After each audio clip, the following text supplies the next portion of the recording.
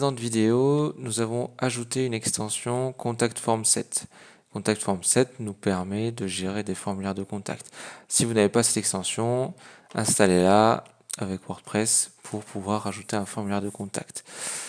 Ici, ça nous a rajouté dans notre menu une entrée contact, mais je peux la retrouver tout simplement en cliquant dans Réglages.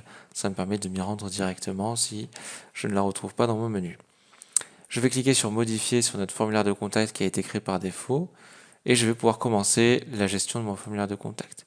Je peux d'ores et déjà retirer le 1 dans le titre vu que je n'aurai qu'un seul formulaire de contact. Ici, je peux gérer les champs de mon formulaire. Je vais laisser ceux qui sont par défaut. Voilà. Je peux cependant forcer l'utilisation d'un objet au mail de mon formulaire de contact. Je vais donc pour ce faire comme les deux précédents, rajouter ici une petite étoile à coller à texte et je vais marquer entre parenthèses obligatoire. Voilà. Comme ça, j'aurai toujours un objet dans mon mail. Je peux d'ores et déjà enregistrer comme ça, c'est fait. Je vais aller dans email. Ici, je vais pouvoir commencer à modifier les informations. Donc là, c'est l'adresse mail qui reçoit le mail, donc on peut laisser pour. Ici, c'est l'expéditeur, donc on peut mettre mes cours de piano et l'adresse mail qui envoie les mails. Actuellement, c'est celle-là pour ma part qui gère l'envoi des mails. Ça peut être votre nom de domaine avec, par exemple, ça pourrait être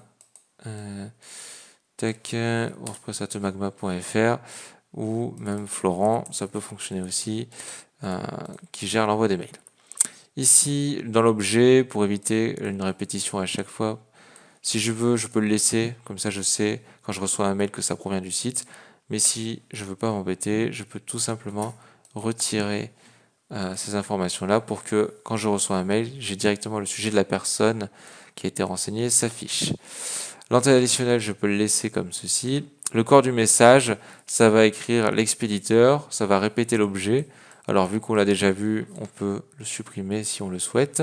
Et ça écrit corps du message et le message de l'utilisateur. On peut effacer aussi le corps du message.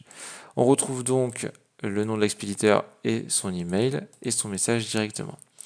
On voit que ça rajoute aussi dans le message que l'on reçoit dans notre adresse mail des informations de contact, des informations supplémentaires qui permettent d'identifier qu'on l'a reçu de notre site internet. Si on ne veut pas s'embêter, on peut tout simplement l'effacer aussi. On peut cliquer sur enregistrer. Dernier petit réglage possible, il s'agit des messages. Si on veut personnaliser les messages qui sont affichés à l'utilisateur en fonction des actions qu'il effectue, quand son message a bien été envoyé, quand il y a eu une erreur, il est possible de le faire. Tout dépend de l'identité de votre entreprise, de votre activité. Si vous souhaitez modifier ces messages, il est tout à fait possible. Je vais enregistrer, même si je n'ai rien modifié, comme ça je suis sûr. Ici, WordPress m'affiche le code court qui me permettra d'ajouter mon formulaire de contact où je souhaite. Donc il nous propose dans un article, dans une page ou un widget. Si je sélectionne ce code court que je fais copier, je vais maintenant me rendre dans ma page contact pour ajouter mon formulaire de contact. Donc si je vais dans page, hop, je vais sur ma page contact, ici, j'arrive, je souhaite rajouter mon formulaire de contact ici en dessous de mes informations de contact.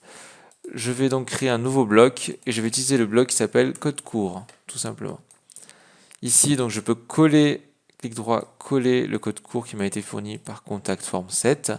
Je peux cliquer sur mettre à jour. Donc là, on ne voit pas le formulaire de contact, mais si je vais voir la page ici en cliquant sur ce petit lien, j'ai bien le formulaire qui apparaît. Je peux renseigner mes informations et envoyer un mail. Et je recevrai ce mail-là sur la boîte que j'ai configurée.